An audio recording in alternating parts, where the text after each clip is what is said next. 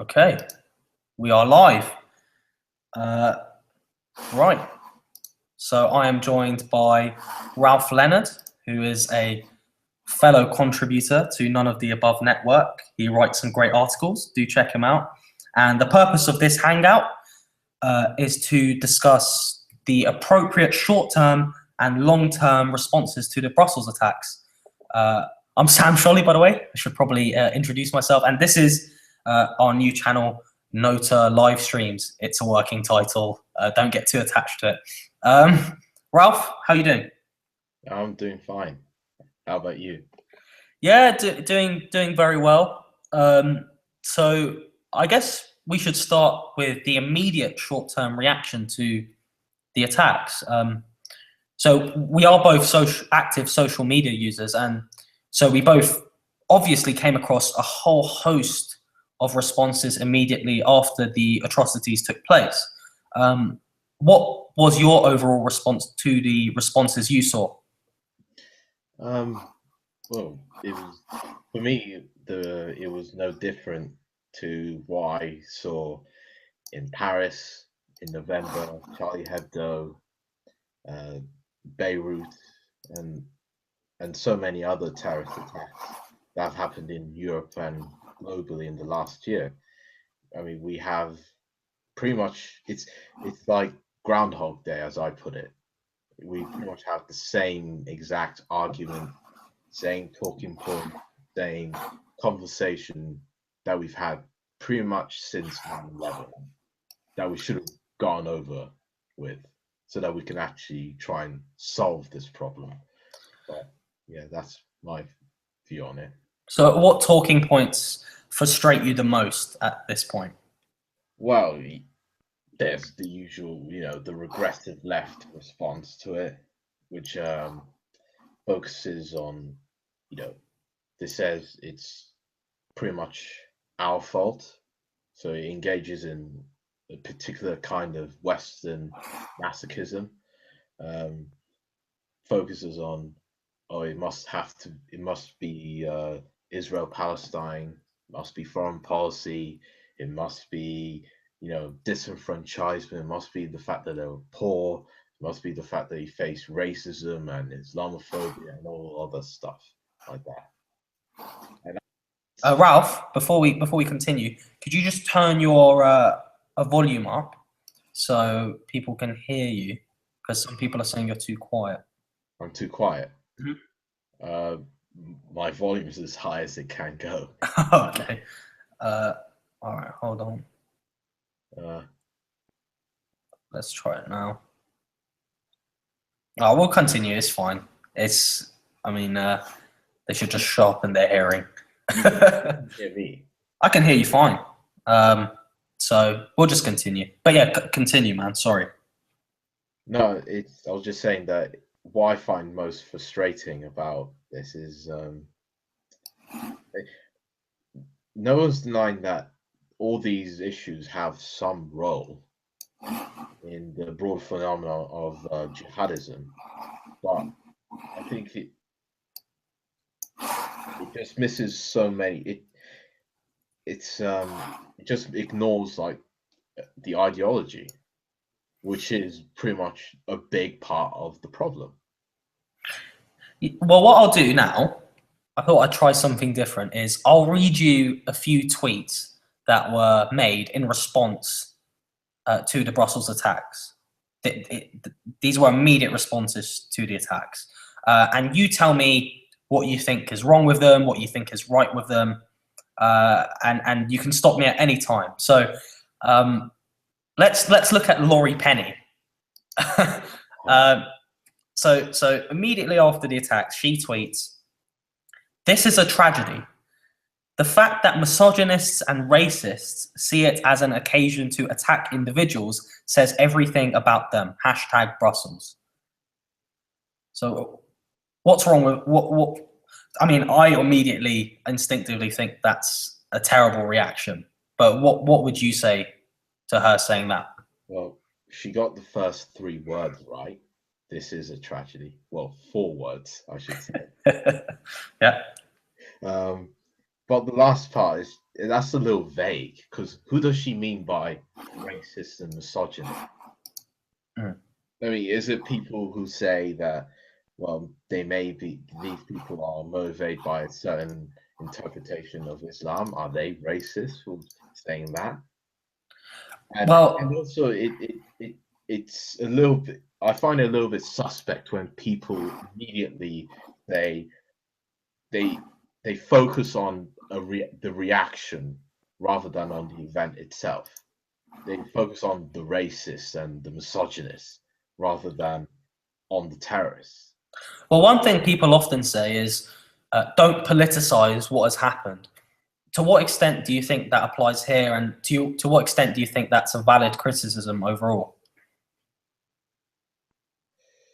Well, if not now, then when? When is the right time to quote unquote politicize a subject?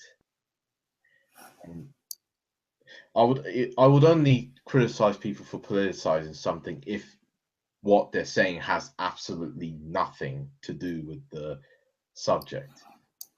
So people in the aftermath, they were there were a couple of people I saw, high profile figures, who were criticized for suggesting that it would perhaps be better following the attacks to leave the European Union.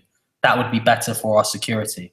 And they were criticized for that because that was considered to be politicizing things. What do you think of that?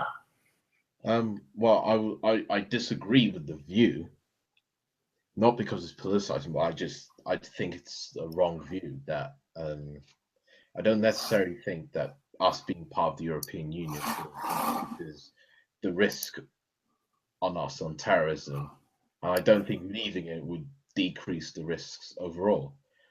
But I wouldn't criticize them for necessarily politicizing it. But if that's their view, then that's their view, and I disagree with it. I have to say though, I think one problem I have with Laurie's tweet, especially considering she's a journalist, is the fact that she spends a very little amount of time focusing on the events themselves, as you pointed out earlier. Because I mean, I think it's fine to suggest what you consider to be the appropriate reaction to the events immediately after the events. But I think before doing that, you should pay some regard to what has happened, why it has happened, and how it has happened, so people understand your analysis of the problem before you offer your solutions to it. Do you agree with that? Yeah, absolutely. Absolutely. I don't mind if people say, like, do a tweet or a series of tweets after the attack in which one of them say, look, let's be rational about this. Let's not blame all Muslims, and let's not generalize. I personally don't mind that, but it's when people sort of obsess over these things that sort of worries me. And if they have a history of obsessing over these things, that's the problem I have with it. And I think Laurie Penny can be considered as someone who falls under that bracket, because I don't know what Laurie Penny's stance is on whether Islam plays a role in terrorist atrocities. I don't know what she believes on that subject. I've never seen her write about it, and I must concede I haven't followed every single article she's ever done, so I could be ignorant on this. But I have followed a lot of her work, and I have not seen any such article. And I would like to know what she thinks of that before I hear her solutions to the problem, because that's a pretty crucial part of the puzzle. Yes. Same. I don't really know what her precise view is, though I could guess what it was. I'm sure many could. But it would be a little bit unwise of me without having that is true. Yes. To back it up, but I'm pretty sure I know what her view would be. Yeah. And one thing I thought was also telling was there was a split between how in Britain, between how British Muslim commentators or personalities or public figures were reacting to the event. So Mo Ansar, who I'm sure you're familiar with, he wrote a quite long statement in response to these attacks, and I thought I could read it out to you line by line, and you could just stop me where you had an issue or where you wanted to raise a point. Would that be fine? Okay, fine. All right, cool. Okay, so this is he released this, and he said Brussels statement. This is how it's titled: terrorism is a godless act and has no religion. So I don't know whether this is his statement. Let me just quickly check.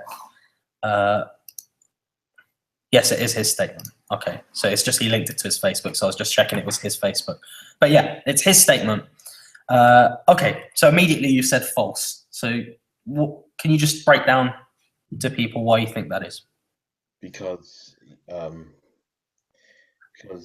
you can commit terrorist actions for religious reasons, like Al Qaeda, like ISIS. They say it very openly, very clearly. They don't hide it, and it. I struggle to think. I struggle to take seriously people who say, you know, terrorism has no religion and all stuff like that. Is, you know, it has been committed for religious reasons for many occasions, and there are terrorist groups that have been formed on the basis of religious, tribal, or sectarian identities, like in Northern Ireland. It's not just Muslims, like in Northern Ireland as well. Would you consider this to be a bit more, far more motivated by the doctrine than in Northern Ireland, though? Because in Northern, in Northern Ireland, it was more tribal, the sectarian identities. Yeah, but in the case of people like ISIS and Al Qaeda, there is a bit more, I guess you can say, doctrine behind what they do. And one thing people often say to defend the claim that religion has no role in the violence, and we were talking about this off air just beforehand, is so Mehdi Hassan came out and said religion has nothing to do with what we saw. It has nothing to do with groups like ISIS, because the people who committed this attack were not particularly religious. I don't know what it was they specifically did. Did they went clubbing? Was that it? I think they went drinking and clubbing. They went drinking and clubbing, and so therefore they're not true Muslims, and therefore religion has nothing to do with it. Let's analyze these other causes. What do you make of that? That's very dodgy logic, and that's me being charitable to Mehdi Hassan. I don't understand that view, because I think a lot of people give too much credence to it. Yeah, it is true that many of these people who join jihadist organizations or Islamist groups, before they do so, are not particularly devout or religious. Like even Majid Nawaz, he says before he joined Hizb ut-Tahrir, that he was not particularly a religious person, and usually they are religious when once they join the jihadi organizations and they follow the jihadi Salafi interpretation of Islam. But in saying that, it's very, you are stretching it to say that because once upon a time someone drank or went to a nightclub before he joined the jihadi organization, therefore Islam has nothing to do with it. Because you could in fact, it can go the other way, that these people join jihadism because they want redemption for their past sin. If they're fighting for Allah and going to get into paradise for it, they'll be forgiven for everything, for all their sins.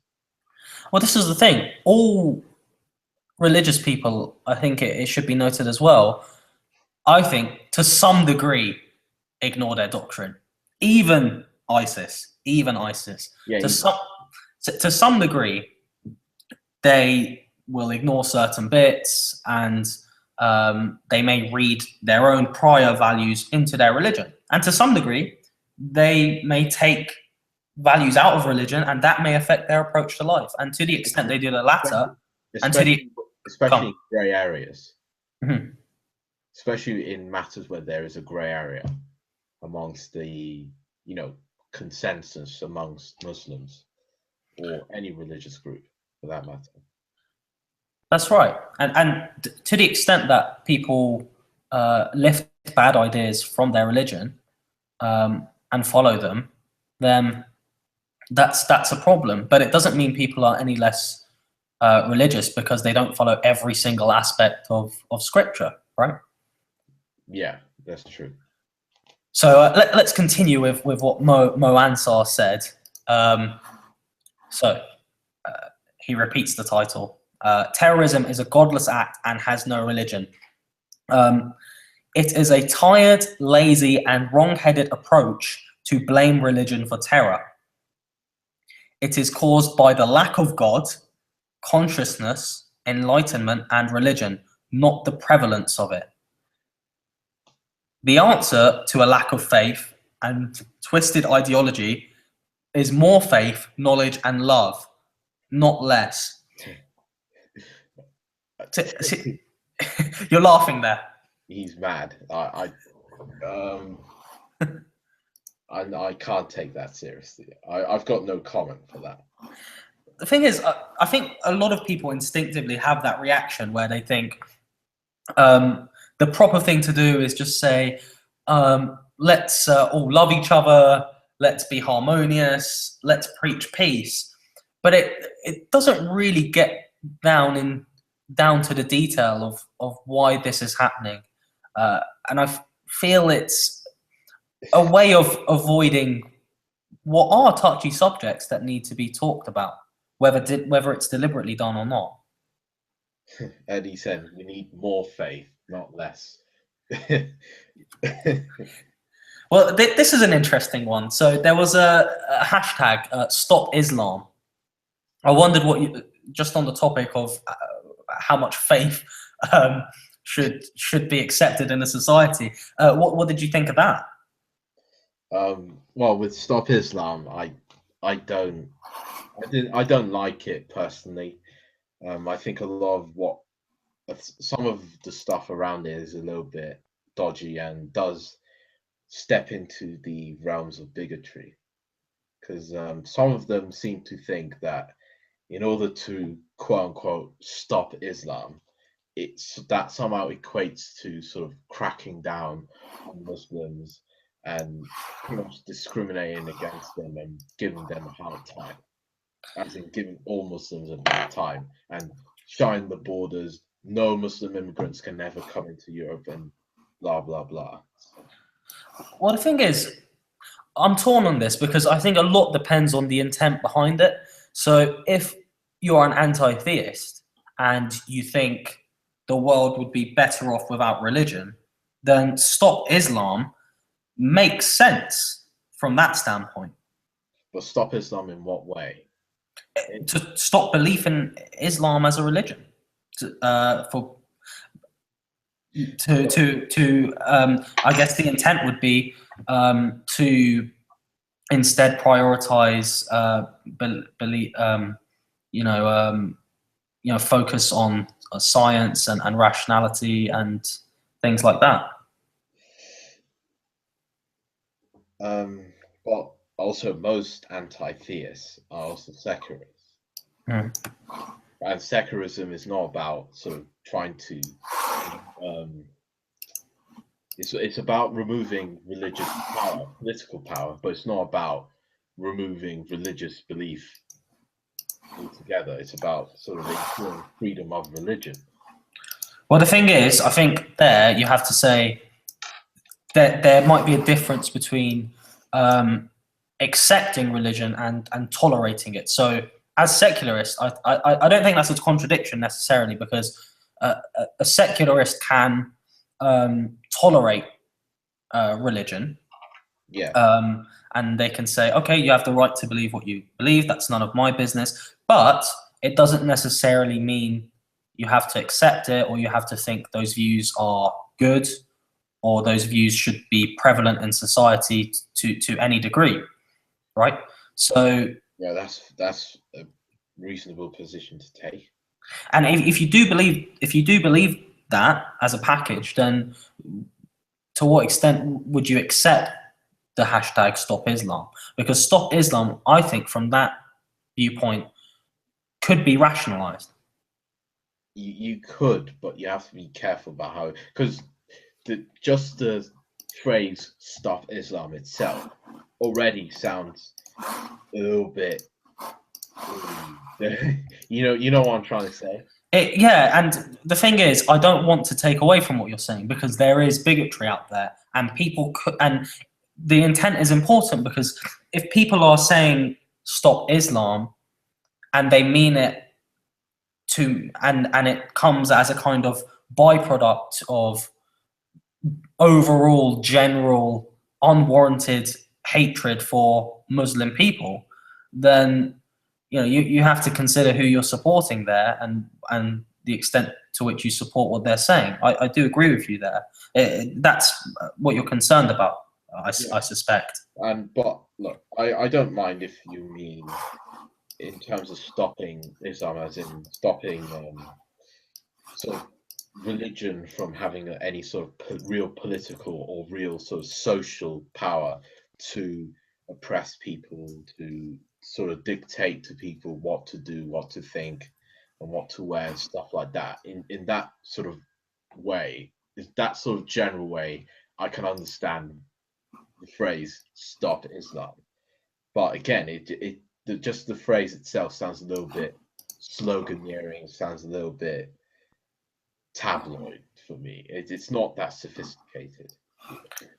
And there was a response to Stop Islam, hashtag Stop Islamophobia. So why don't you share your thoughts on that? You were against that as well, weren't you? Yeah, I'm against that as well. That's just that's just ridiculous. I mean, it has good motives, but again, the content of it just sort of diverts the problem away. Just as it also implies that people who criticize Islam are all bigots and racists, and if you have anything to say on the subject, you are a bigot, and that's just the wrong way to approach it. It's just, again, it's very unsophisticated and it lacks nuance. So And that's the problem in this debate is people sort of ignore nuances and complexities. what complexities do you think should be considered more? That there's a wide range of factors. Second, that there is diverse interpretations of Islam. And third,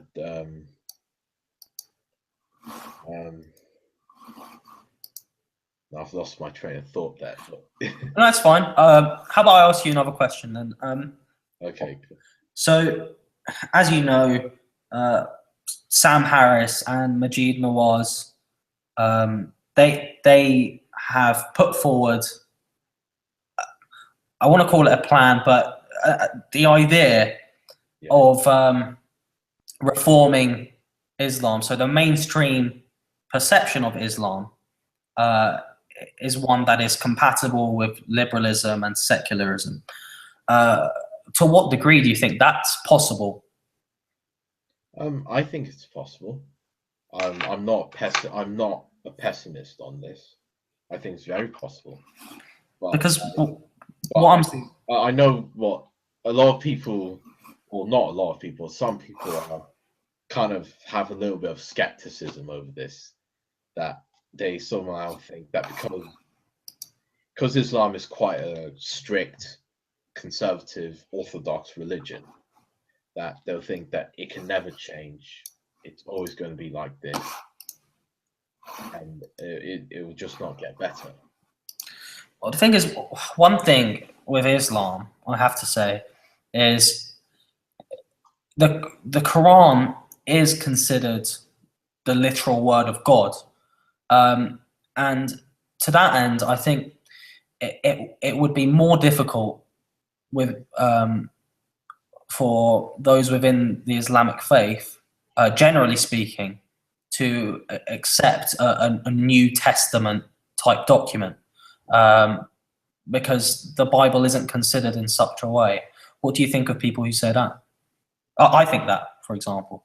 Well, I'll say that Islam is not Christianity.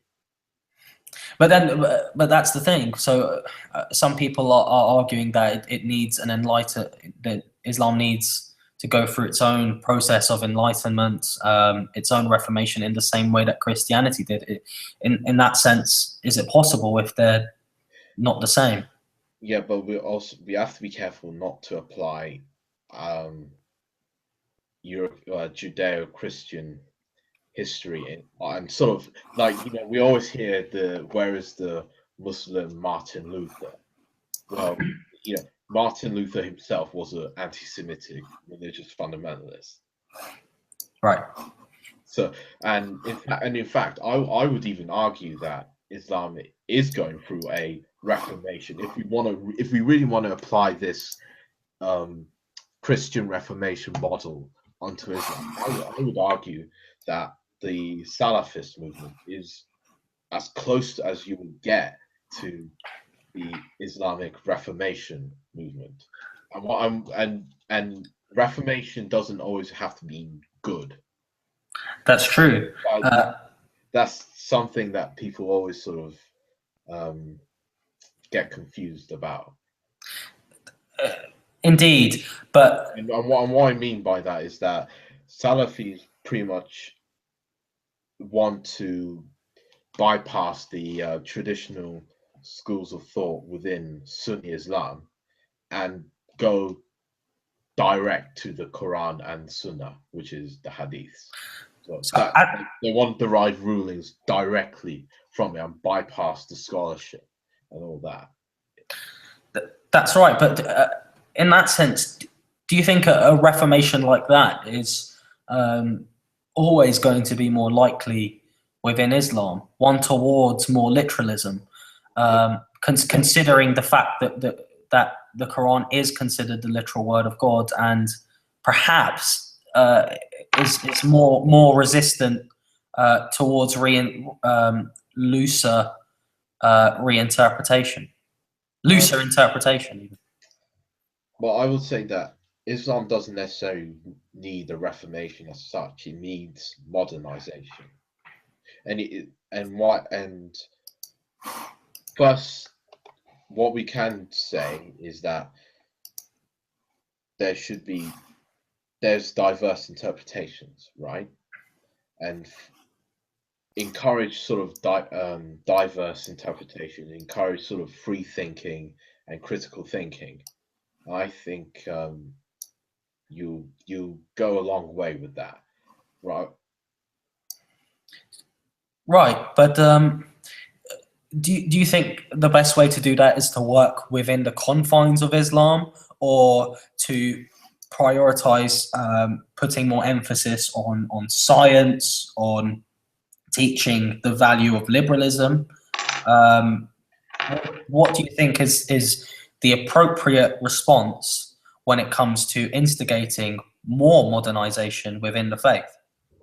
I think all factors have to be taken into account.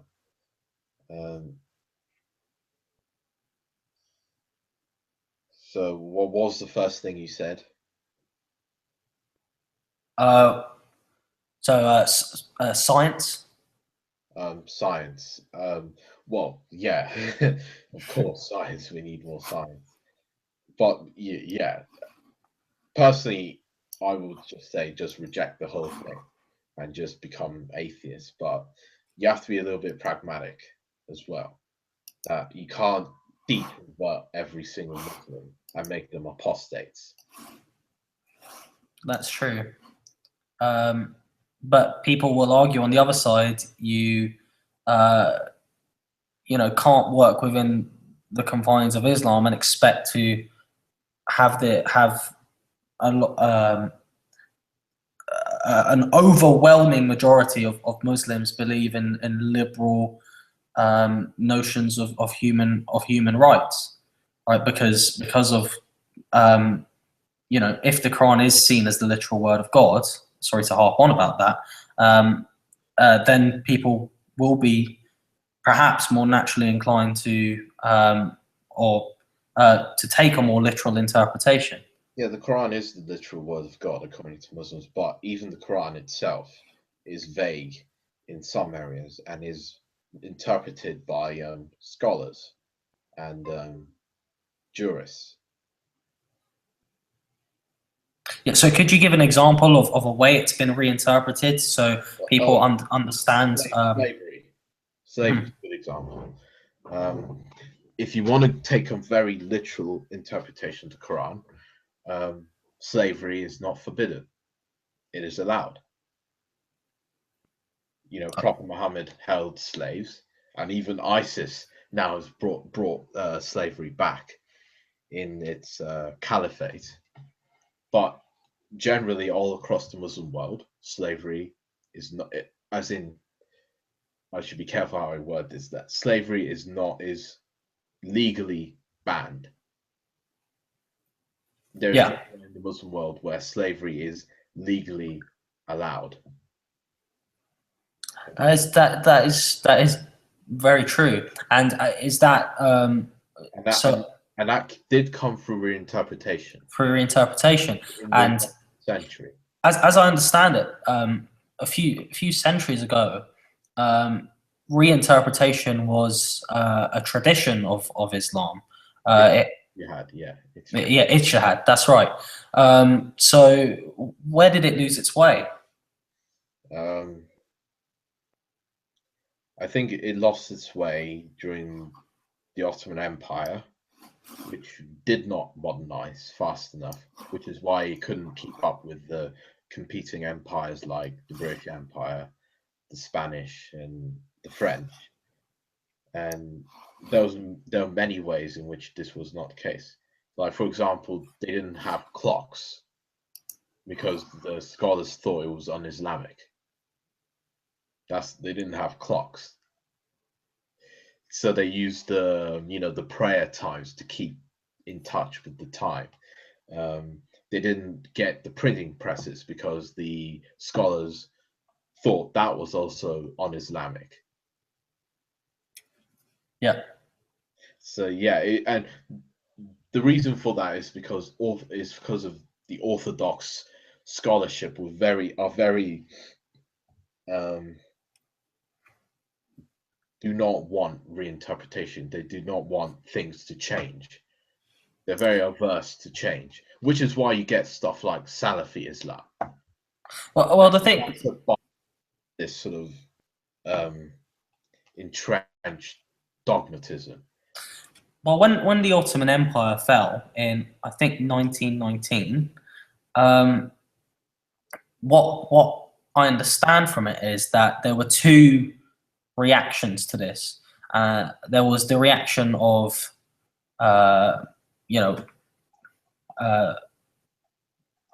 people who thought Islam needs to modernize, it needs to embrace secularism more. Hence why this is part of the reason why Turkey is the way it is today. They took that path. But there were people who thought the fall of the Ottoman Empire was a punishment from God. And it essentially happened because, the Muslims there were not religious enough. Hence why we see a more literalist interpretation in places like Saudi Arabia. And also you get the Muslim Brotherhood from this as well. Okay, could you explain that? Which is, well, they're like a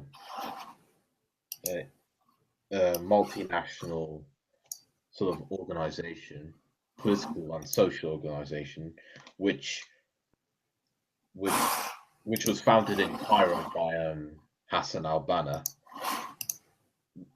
who, interesting enough, is the grandfather of Tariq Ramadan, by the way. Yes, I've heard that. We'll perhaps get on to Tariq Ramadan later. But yeah, continue. Yeah, basically what they want is to bring back the glory days of Islam, and they want to reunite the Muslim world under a caliphate. but they're slightly different to, say, the likes of ISIS, because they don't use violence as such, and they're more sort of modern in the sense that they use sort of modern political techniques, and they're into technology, and many of them are doctors, scientists, engineers, and stuff like that. So one thing people often say is that radicalization is caused to a large extent by social marginalization, poverty, and other such factors. But here we have a case of very well-educated people who are radicalized. So how do we square the two, or can we? Well, actually, it's often the most educated people that do become radical. Say it was the same under communists. A lot of communists were actually very middle class, very well educated people. Lenin is an example. Trotsky is an example as well of this. So, so poverty is a really bad explanation for why people become radical or terrorists, or why they join like extreme political organizations. Why do you think people who have much more to lose, materially speaking, still find value in this radical ideology? I think it's because they are looking for identity, because a lot of it's to do with identity, because these like, take the example of Islamic terrorism. A lot of these people are in Europe, are the descendants of like immigrants from, whether it's North Africa, South Asia, or the Middle East, and they're not quite westernized, yet they're not quite yet they don't feel an affinity to their home country, so to speak. So they're like in between. They're not sure what they are. Are they Muslim? Are they British? Are they European? Are they Western? Are they Pakistani or whatever? So and then this jihadi ideology does give them a very solid, coherent identity that they can buy into, and they feel empowered, though a very perverted sense of the word empowered. They do feel empowered by it. Do you think that's the reason why in Eastern countries like China and Singapore, on the whole, there's less radicalization? Because in Eastern philosophy, there's a much more emphasis. There's much more emphasis on deference to a wider community. So in that sense, you are already provided a sense of belonging, and therefore perhaps you're less likely to go and seek it elsewhere. Not necessarily. Well, it's that sort of idea is also the case in India and many parts of many countries which are also Muslim, which are part of the quote unquote East as well. But I suppose it has something to do with it, that they're confused between like Eastern collectivism and Western individualism. So I suppose there is something to it. Do you think, therefore, that patriotism could play a good role in, or a helpful role in, dissuading people from becoming radical? Because it does, in one sense, give people a collective sense of identity and make them feel as if they have a stake in society. Yes, but you also have to take into account, what is that patriotism based upon? Is it based on, say, if it's based on like racialism, like say how fascists would interpret nationalism, then that you're not gonna you're not going to easily get Muslims or immigrants to sort of buy into that. Well, indeed you won't. No, you won't. But if it's based upon like sort of shared common values like liberalism, human rights, and stuff like that, and it's put forward coherently, and it's attractive, and it doesn't look sort of inauthentic or synthetic or fake, then I think you've got a chance of sort of dealing with it. Do you think we need more of it in Britain specifically? Because there are plenty of people who come to me and say they feel that multiculturalism is basically at this point synonymous with cultural relativism, and they feel a broader sense of patriotism would help to combat that. Yes, I agree. Like in Britain, we need it, and certainly Belgium and France. Well, Belgium certainly needs it a lot. What would it look like, do you think, in terms of policy?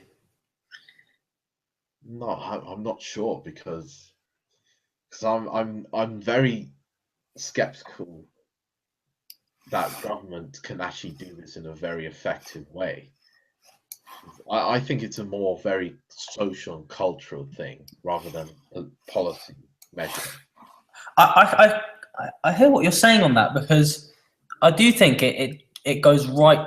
It's not something that can just be initiated from a centralized authority. I think it does go down to the very way we interact with each other. Sorry, go ahead. Yeah, if it does come from a centralized authority, that does sort of make it more fake or not as authentic as it can be.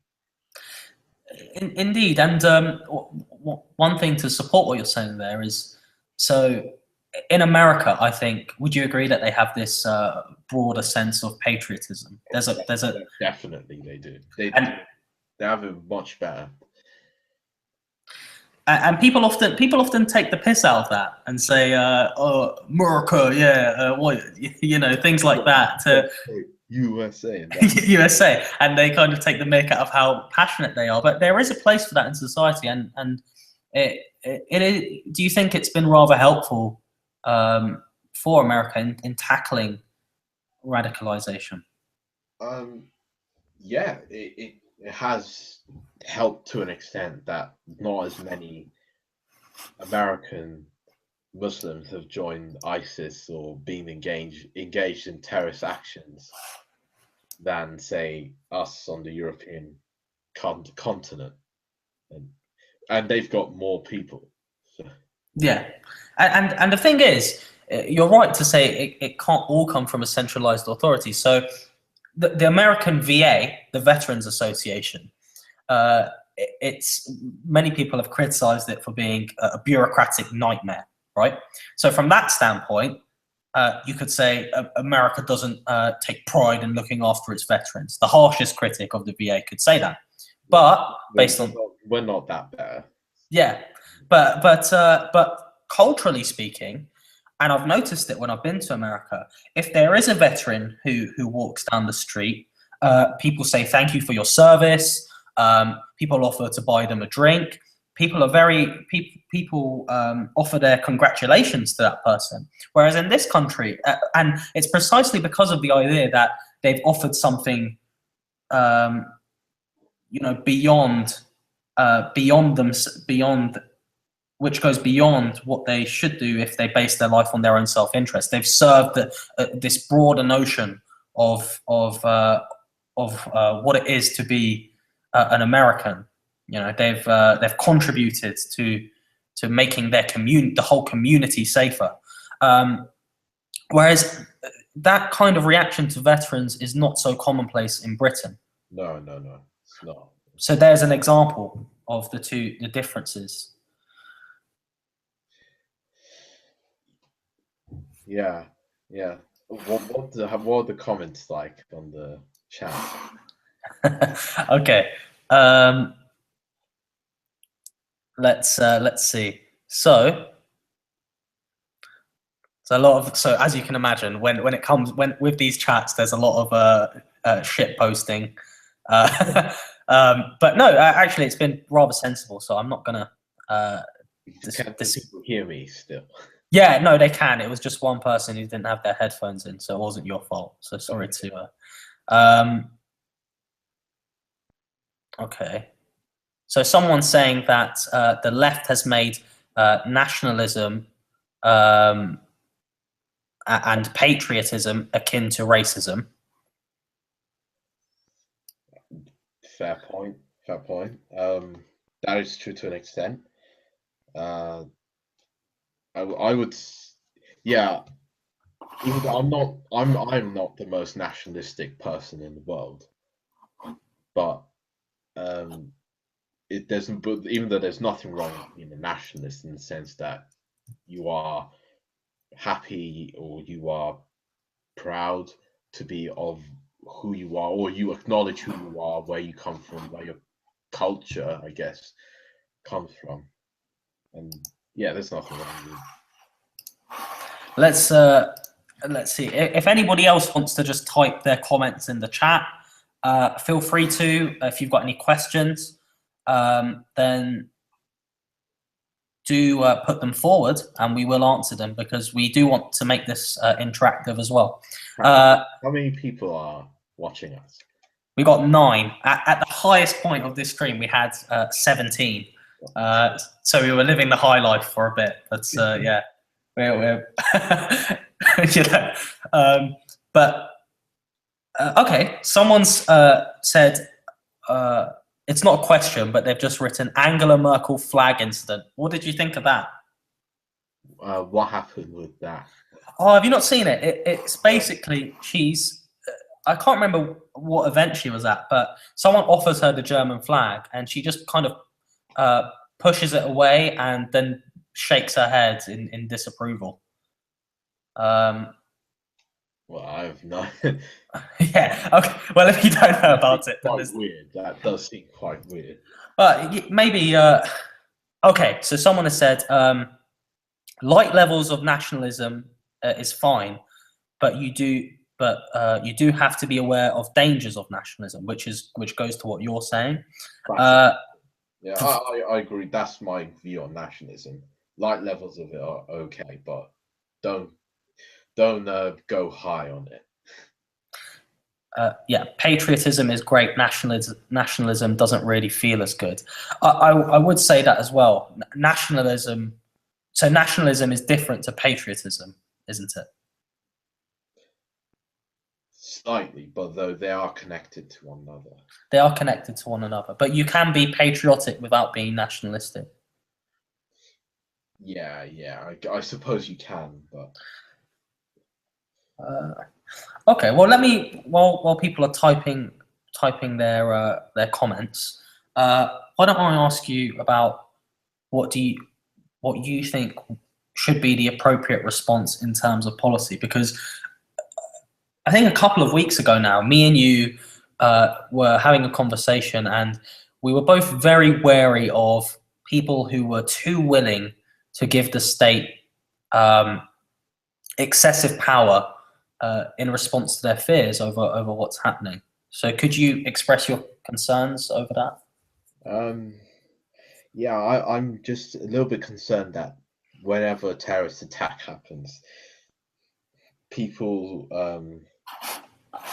it's very tempting to want the sort of short-term, reflexive, solutions to it, the hard nail solutions to it, like sort of when people say like close the borders or let's sort of vet, somehow we're going to magically vet people out amongst the migrants coming in, or when people want like extra surveillance or something like that.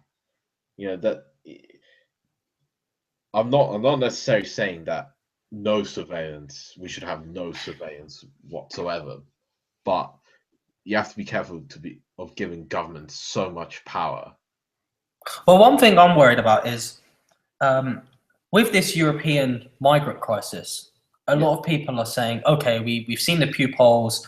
A lot of people in these regions hold very illiberal attitudes. Therefore, we shouldn't let them in. But my problem with this is, if you accept that, you basically accept the principle that the government can discriminate who can and can't come into the country purely based on their beliefs. And, you know, a government could quite conceivably use this power to ban, you know, genuine critiques of Islam from coming into a nation, liberal critics of Islam from coming into a nation because they consider them Islamophobic, for example, because they consider their beliefs dangerous.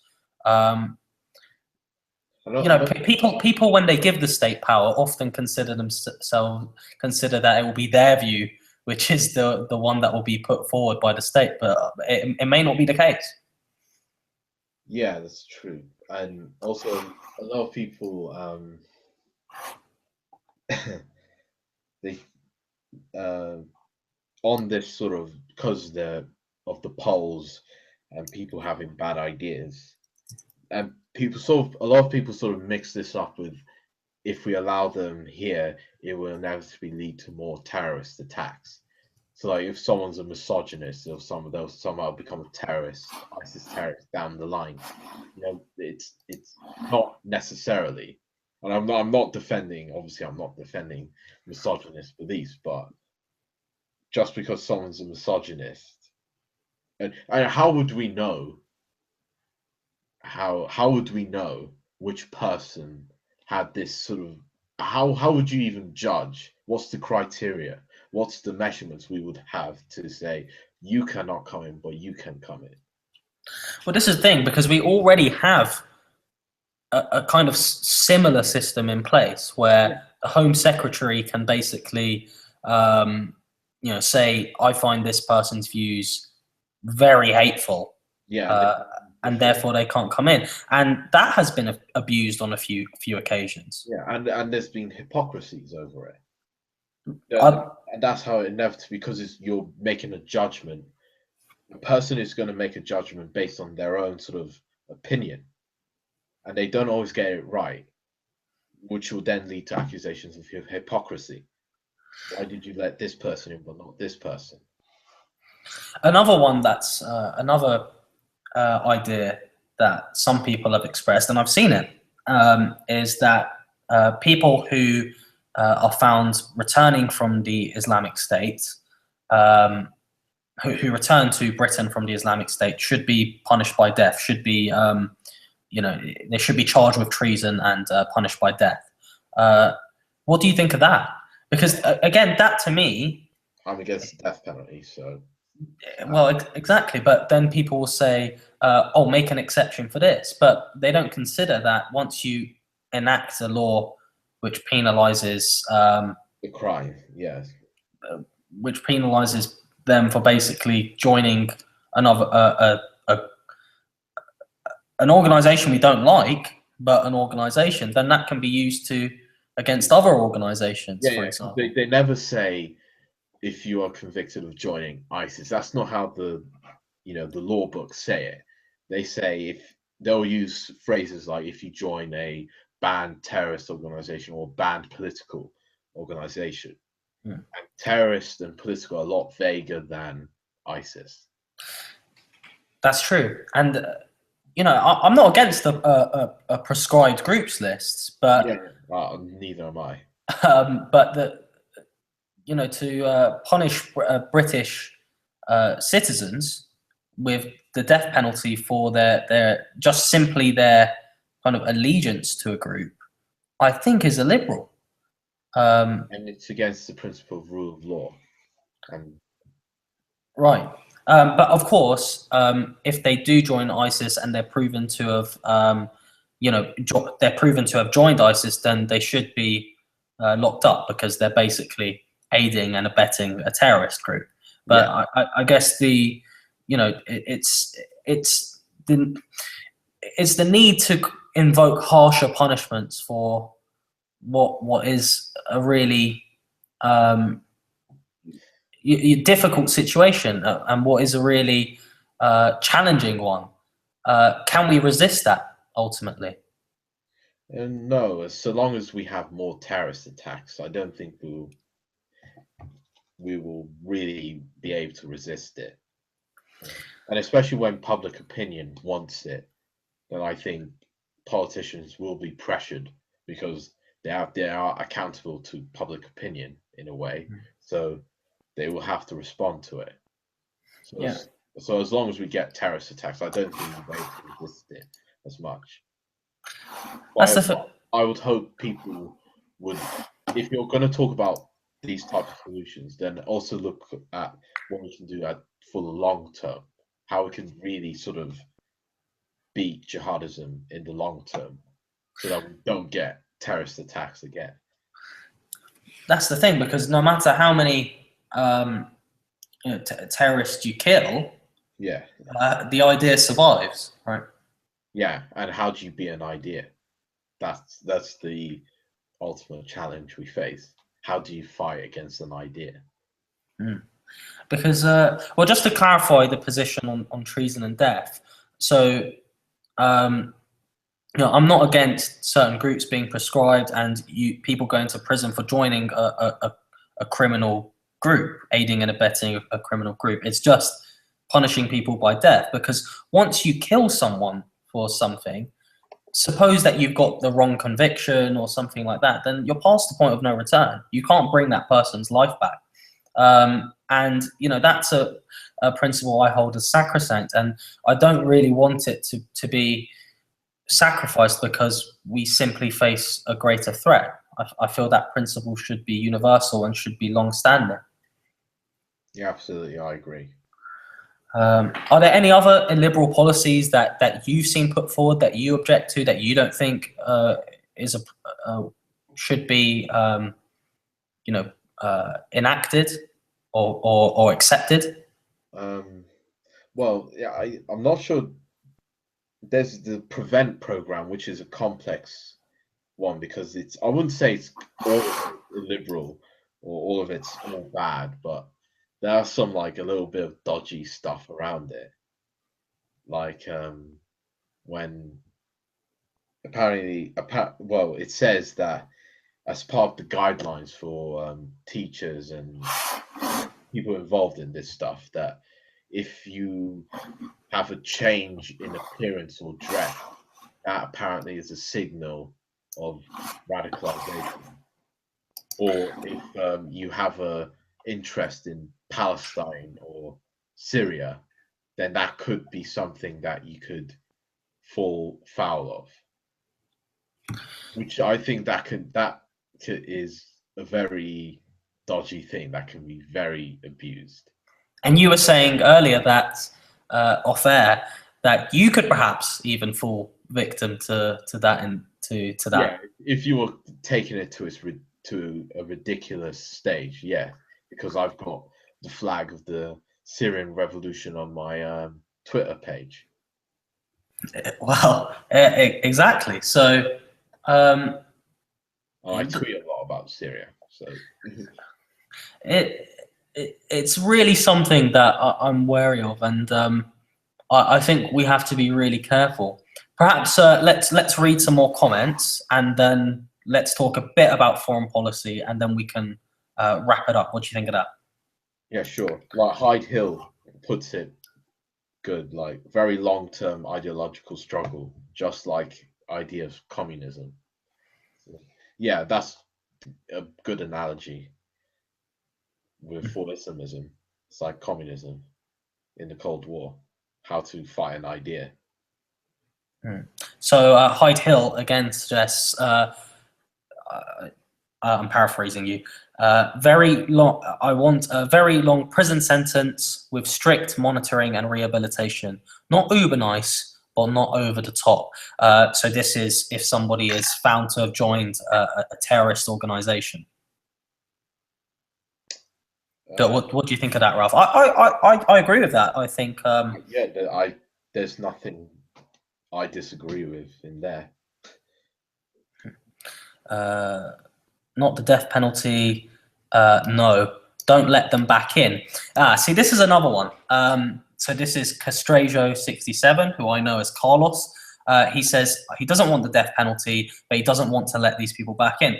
The problem is with that is, what do you mean by letting them back in? So what I was referring to was British citizens who'd gone to Iraq or Syria, and had basically decided, I'm going to return for whatever reason. And they've been found to people, and we have evidence that they've joined a terrorist group, ISIS. The thing is, Carlos, what have the people of Iraq and Syria done to deserve them? I mean, at the end of the day, there are citizens, and if we have evidence against them, we should try them in our courts and put them in prison. I don't really. I mean, I don't think it's a good precedent to set to export your citizens who are your terrorists to other countries. Well, that's what we're already doing that in a way. In one sense, yeah. Foreign fighters already joining ISIS.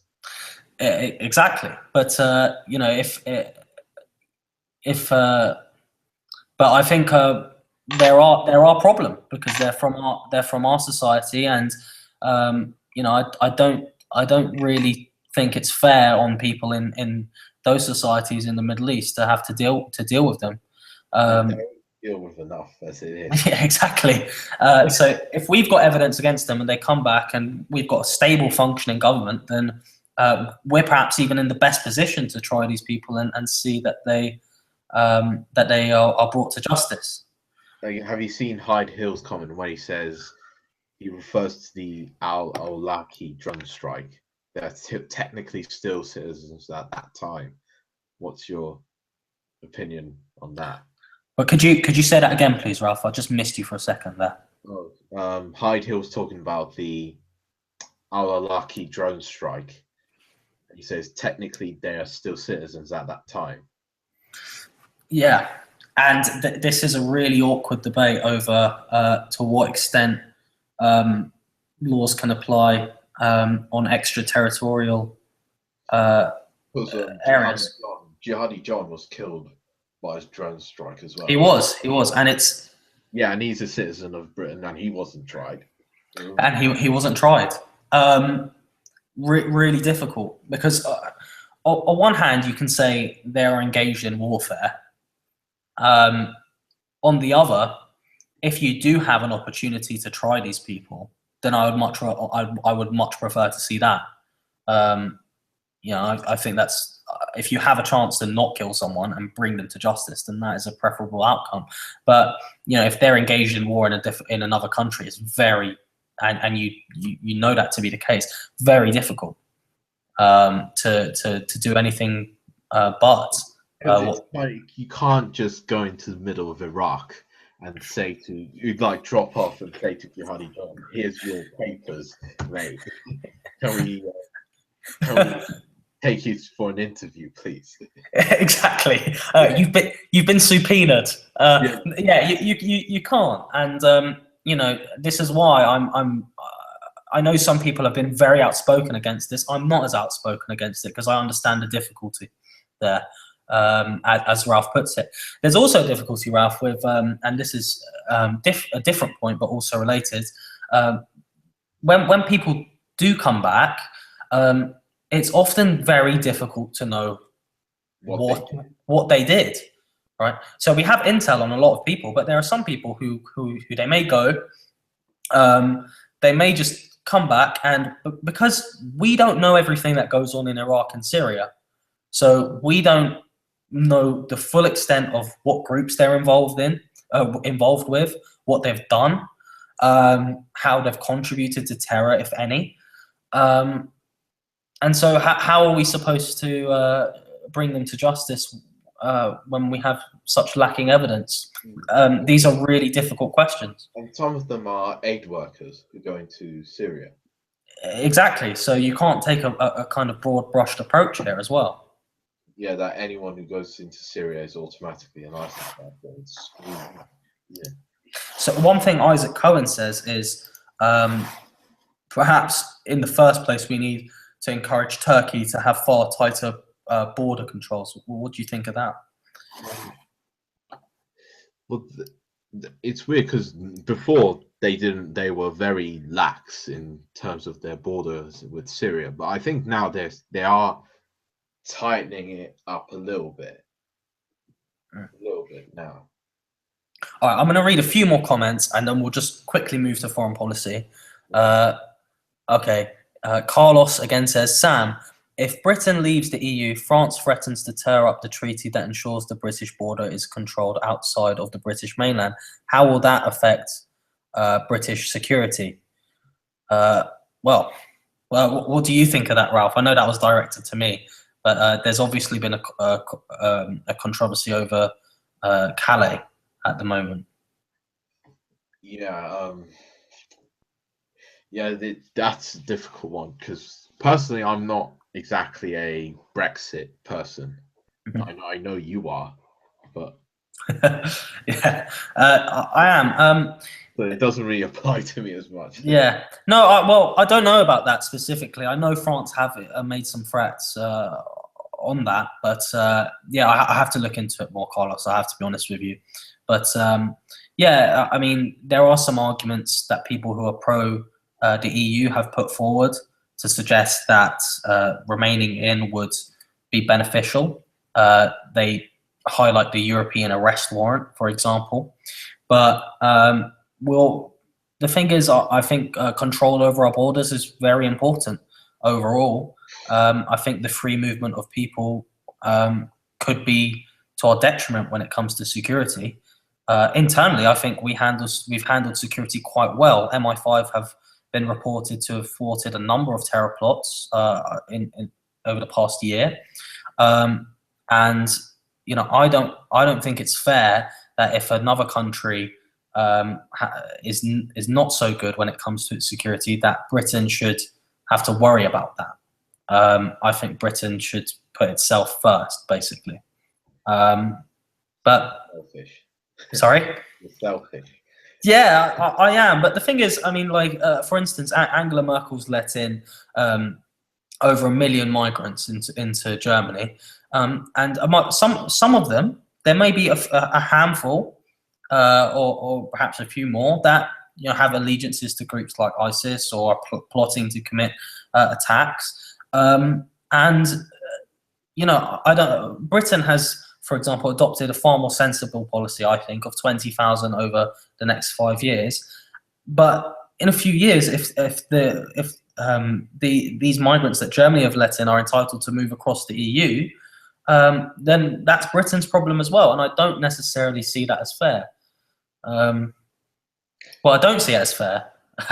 is the short answer. But yeah, and this is one reason why I think the situation in Syria ought to be taken a lot more seriously than it currently is, because the longer and longer it boils on, the more refugees will just come to Europe, and then the more refugees that come here, the more people get fed up with them because of stuff surrounding the terrorist attacks and the backlash that inevitably comes onto them. It goes beyond the terrorist attacks, though, because there is such and there's a cultural divide as well, which I know you have talked about before. I mean, in Germany right now, they're handing out leaflets to men. Well, it's in response to migrant men behaving in horrible ways at German swimming baths, and they're basically at swimming baths. They issued these leaflets which say, "Wear swimming trunks instead of your underwear. Don't push women. Don't harass women."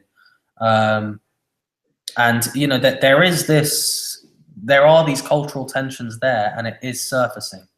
Yeah, it sounds a little bit embarrassing when you think about it. That grown men have to be told via leaflets that can't harass a woman. Well, it is. It really is. But yeah, but I mean, the fact that it's embarrassing shows that the problem goes far wider. Okay, let's read a few more comments. Let's see. Here we go. Okay, Time UK 101. But if someone's views towards women come from the Quran, don't you think there is potential for them to have other extreme views when it comes to acting out attacks? No, not necessarily, because a lot of the, let's say, Orthodox Muslims who have, say, more conservative views around gender rights and stuff like that, are actually very against ISIS.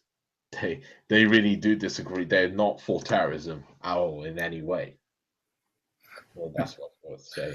It's a very broad spectrum. And many of them are probably amongst the first to condemn ISIS from the Muslim community.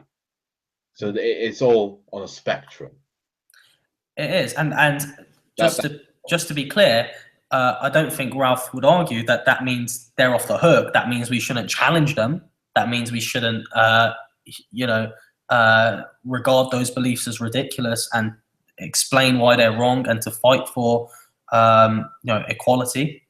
But it doesn't mean that we should automatically assume that they may be terroristic, because it is a broad spectrum and there is diversity there.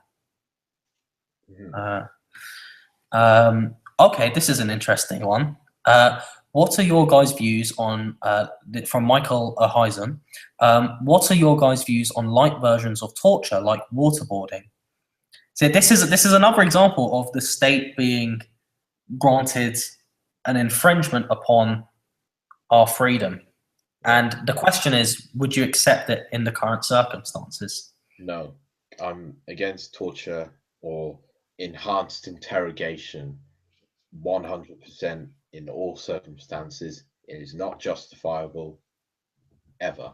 That's my view on it.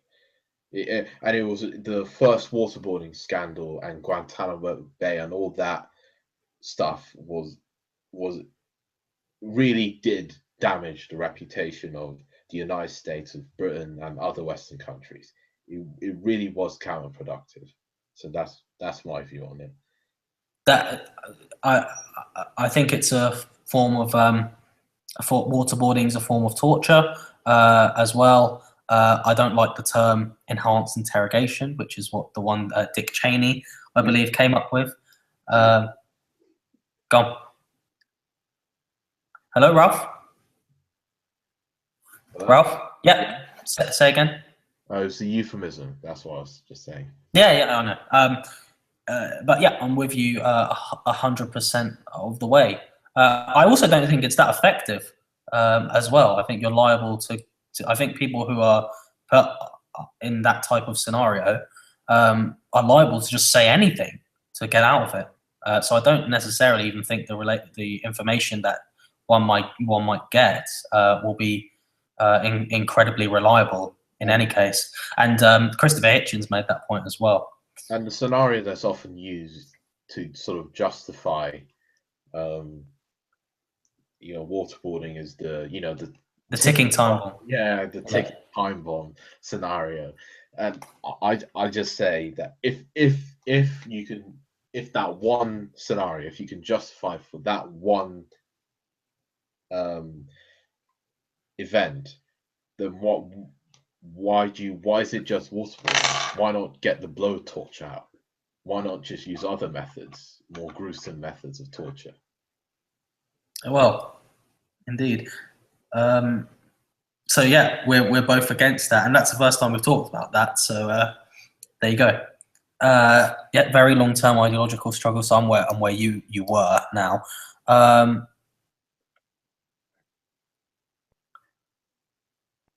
Okay. Come on. More difficult discussion is while they are with ISIS and get killed. Okay, so we've addressed that. You're very high up in the comments. I am. The thing is, I like to read all of them, and I don't like to leave anyone behind. And perhaps I should be a bit more ruthless and just. But yeah, what I'll do is I'll just go down now because I'm feeling quite self-conscious. Okay. I think that Salah Abdeslam knew what was going to happen in Brussels. Oh yeah. It's no coincidence that a few days after he got arrested, that Brussels happened. No, I think they feared that he would talk to the police. Well, what do you think about? So there've been. Oh, sorry, I've seen another comment here. Norway have started programs to discuss females, etc. better. Good article in the New York Times. Yeah, I linked to that article in the article I wrote about Cologne. Oh, okay. Could you explain what that is? Oh, What he's referring to? The New York Times article. Well, both. So the New York Times article and the policies that are being enacted in Norway. Oh well, the New York Times article basically talks about how there's like these classes that migrants have to take when they come into Norway, and it talks about how about Western sort of how Western culture sort of sees women very differently to say how their countries sort of see women. So it especially talks about dress, about harassment and stuff like that. It seemed quite educational, and it's voluntary, so it wasn't compulsory or anything like that. But how effective, realistically, will things like that be? I'm not sure. Because you're dealing with Grown beliefs that are so grown men and beliefs that are so culturally ingrained that people are accustomed to at the end of the day, and perhaps a couple of classes or lessons here and there might not be enough. Yeah, it's kind of hard. I think a lot of it will have to do with, I'm not sure how you sort of deal with cultural beliefs like that. I'm not sure a class can really sort of drum it out of them, unless you were going to go full on Orwellian totalitarianism.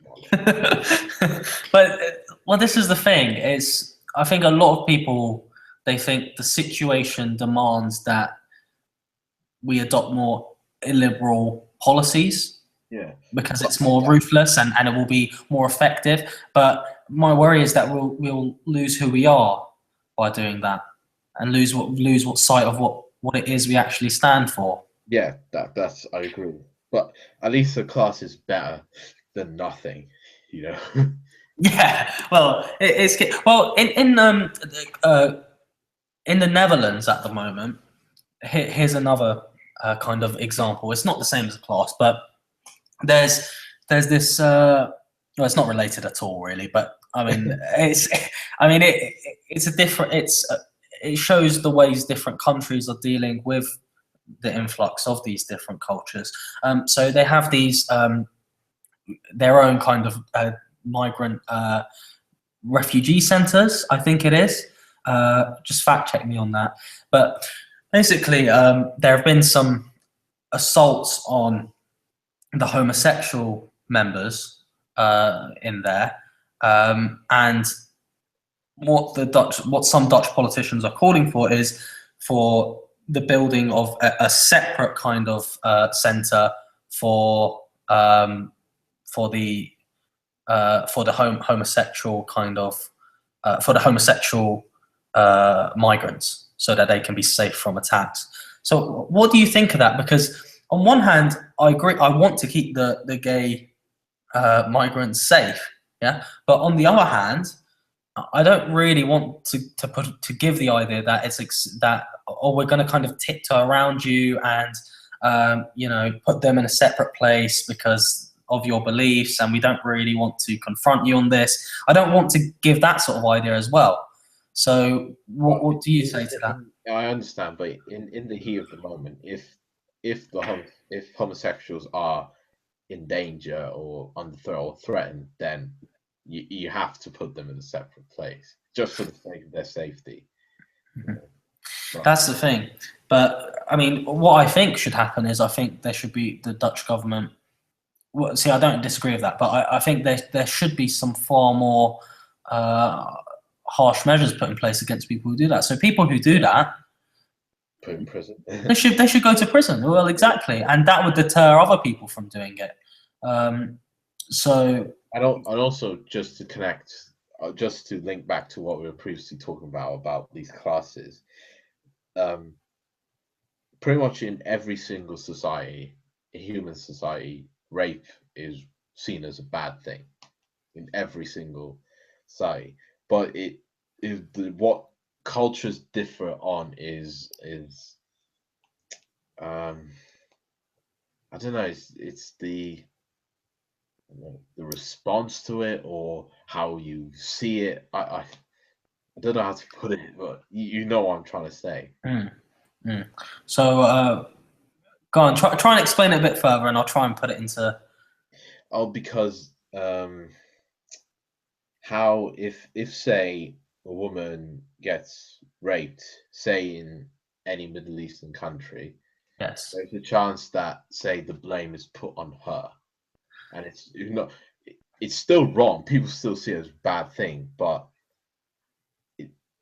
a blame is still put on her because it could damage the family honor, reputation, whatever you want to call it. Okay. Yeah. I see what you're saying. So they don't absolve the rapist of blame, is what you're saying, but the woman still will be considered to bear responsibility. The damage is not primarily seen as a thing of the woman. It's seen as the damage towards the clan and the tribe. Okay. And the family. Yeah. Let's. I was just going to quickly ask. Okay, so go on. No, because Bobby was saying, because I said any Middle Eastern country, I mean, he said Israel. You're being a little bit too you're dissecting me a bit too much there. Yeah, not all. Okay. Yeah, let me get your opinions on foreign policy. So, what's the appropriate response here? Is the thing anyone will be asking?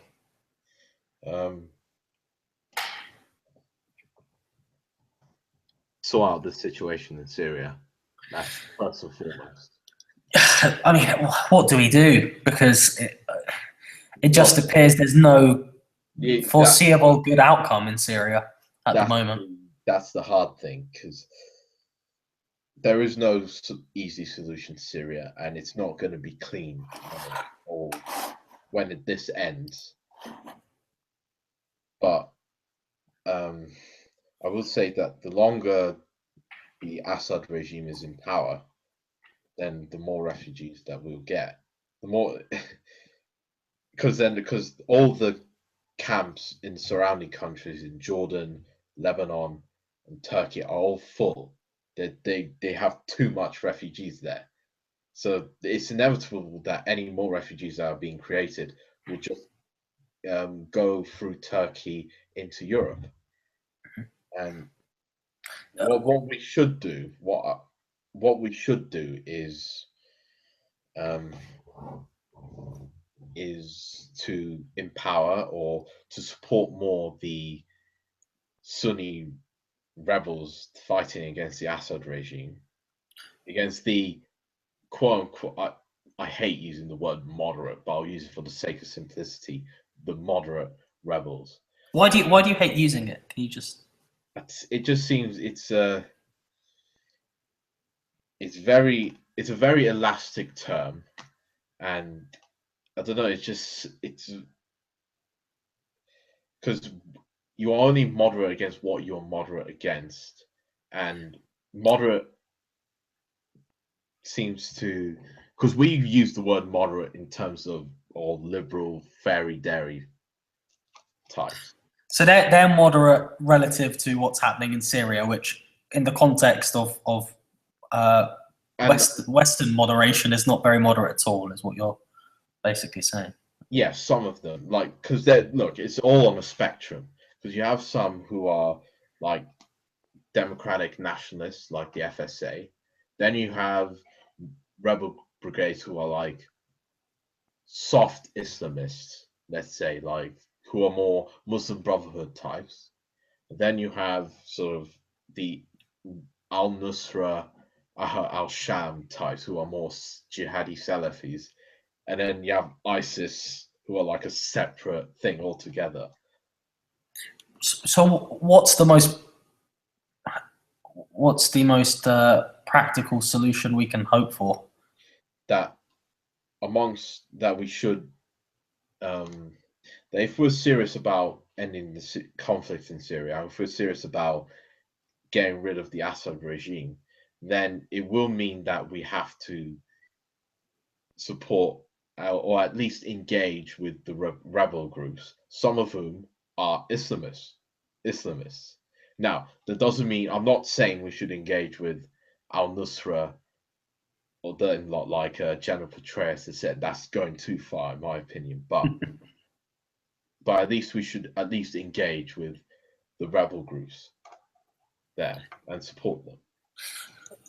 Would you advocate for a situation where there is a power sharing agreement between the two, or do you think that Assad has to go no matter what? I think Assad has to go no matter what. I don't think they can, because the rebels will not agree to it. They will not agree to share power with Assad. And why should they? Against the hideous dictator who's destroyed Syria. Why should they? Do you think Assad doesn't want a solution either? Because the more it goes on, the more he can portray this as a battle between himself and ISIS. And in that scenario, he probably wins the battle of the lesser of. He probably is seen as the lesser of two evils, basically. Yes, and I think that's a very tempting yet dangerous thing that a lot of people want to buy into.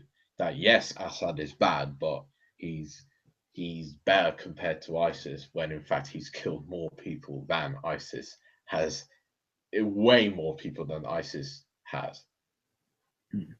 But he does have a lot of he has a lot at his disposal to inflict that with, compared to some of the rebel groups, right? Yes, well, yeah, it explains it. But and he has the support of Assad and the IRGC and Hezbollah. Mm-hmm. And what do you think of Russia and the USA's role in this? Because they're going to be crucial to any prospect of brokering a peace deal. Yes, well, Russia, I don't think will.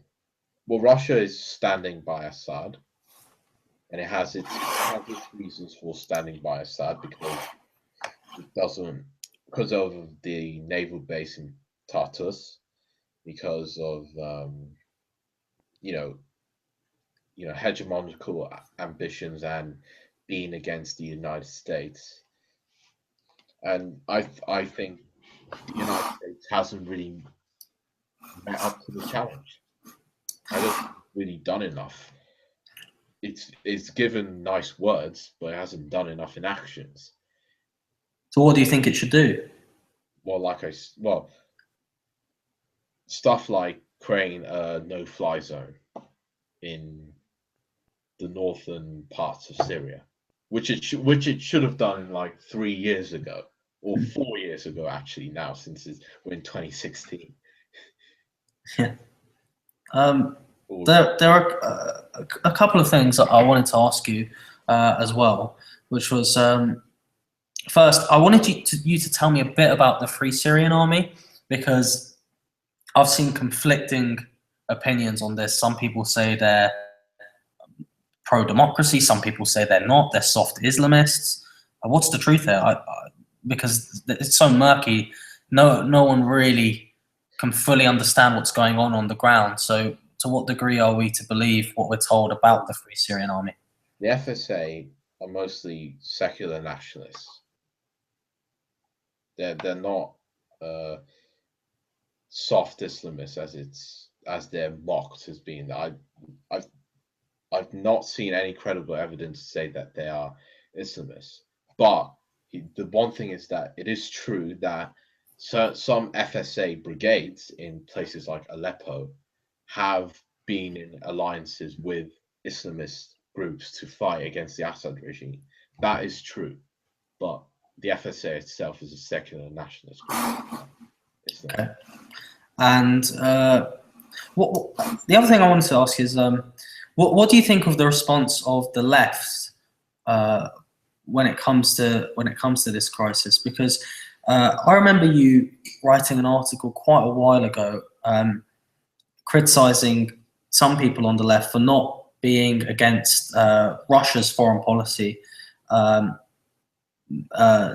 the same extent as they are the US's, and you spotted some inconsistencies there. So do you think that's playing out here as well? Well, yeah, definitely, because Vladimir Putin is anti-American. So by virtue of him being anti-American, and also Assad as well. Well, Assad is anti-American as well. By virtue of that, the left kind of goes a little bit soft on Putin, and even in some instances sort of backs him. Weirdly, I don't get why they would back someone who's the complete opposite of any socialist or any leftist core beliefs. Well, one thing is, I think they see it as a way of protecting Iran. They Assad and Putin, and a lot of people on the left, they're very wary of another kind of Iraq war type scenario, and so they think the larger game is to prevent an escalating conflict with Iran. So best not play into the US's hands here, but ultimately you have to look at the damage that's going on, and you have to condemn people for doing bad things. Right? It doesn't matter where it comes from. And Assad has used chemical weapons. And he faced no punishment, no repercussions for what he did. Yeah, well, the thing is with that is that. So, am I right in saying Obama said there was a red line, didn't he? And then what happened was they found evidence of him using them, but he didn't go in, but he did give them up. Is that what happened? I'm sure there was a story of him giving them up. Yes, but he gave up. He didn't give it all up. He gave up the. I don't know the name of it, but he's now used. There's evidence of him using chlorine gas as well. Recently, very recently. It should be noted as well that there seems to be some evidence that some of the rebel groups have used similar chemical weapons as well. And ISIS as well. Yeah. So, well, I think it was ISIS. Well, I wouldn't class ISIS as a rebel group, but well, my definition of rebel group is just anyone who's rebelling against the government. But yeah, I mean, I'm inclined to agree that I don't want them to take over Syria, right? If you only classify rebels as the ones who you think should have a chance of doing that, then fair enough. But yeah, well, any last questions? Let's see. People arguing whether Assad is an Islamist. Okay, and what do you think of that? Well, as far as I understand it, he belongs to he's an Alawite. He's a Ba'athist. Yeah, but he is a secular. Well, in quotes, I'll put it like that. I don't think you can really say Baathism is completely a secular ideology as such. Hmm. particularly as its origins is taken from European fascism. Yeah. And I don't think European fascism is a secular ideology. So, No, that's true. That's true. and But and Assad is allied with go on. Hezbollah and Iran. Yeah, but I mean, it's a difficult one that because you can't simply by being aligned with an Islamist country can't. Yeah, I don't think can not an Islamist. He's not gone an Islamist, but I suppose he's like, because by that logic you could say the UK sympathises with it because yeah, because it's allied with Saudi Arabia, for yeah, that's instance. wrong. So, but the thing is, but I mean, He's okay, to an extent it does, by the way. But internally, Assad is how what's his policy approach? It's not does he enforce religion on his people? Is he relaxed about that? he takes a very sort of standoffish approach to religion. It's more, unless it sort of threatens his power, he doesn't care much about it. It's how a lot of Yeah, because he's not even motivated by Baathism or Arab socialism anymore. He's just motivated by self-interest and keeping his regime and the Alawite clans in power. That's pretty much his ideology. It's not Baathism anymore. That, the Baathism ships sailed a long, long time ago. right, but this is the thing about Assad because his father was very he ruled with he was a very harsh dictator, let's say. But Assad was considered The reformer. he was meant to be the guy who was meant to bring. He was considered by a few by people in Syria. I don't want to say all, but by some quarters as somebody who would bring forth the transition between dictatorship and democracy because he was more moderate than his father. But it hasn't turned out that way. No, that was a sham all along. They based on because he's young, because he has a good-looking wife and all that. This guy's a reformer. And because he was well educated as well. Yeah, he was educated in London, I think. He was a doctor in London. Well, this is what I don't understand about a lot of these dictators. They get educated in liberal countries, and you'd think that they may come back to their home countries with more liberal beliefs, but it doesn't seem that that's the case. No, it's the same with the Islamists. A lot of Islamists who are affiliated with groups like Muslim Brotherhood were educated, or in the Iranian regime were educated in the West, in Britain or America. Yeah, but they're not liberals. Yeah, exactly. Yeah. Okay. Well, we'll leave it there.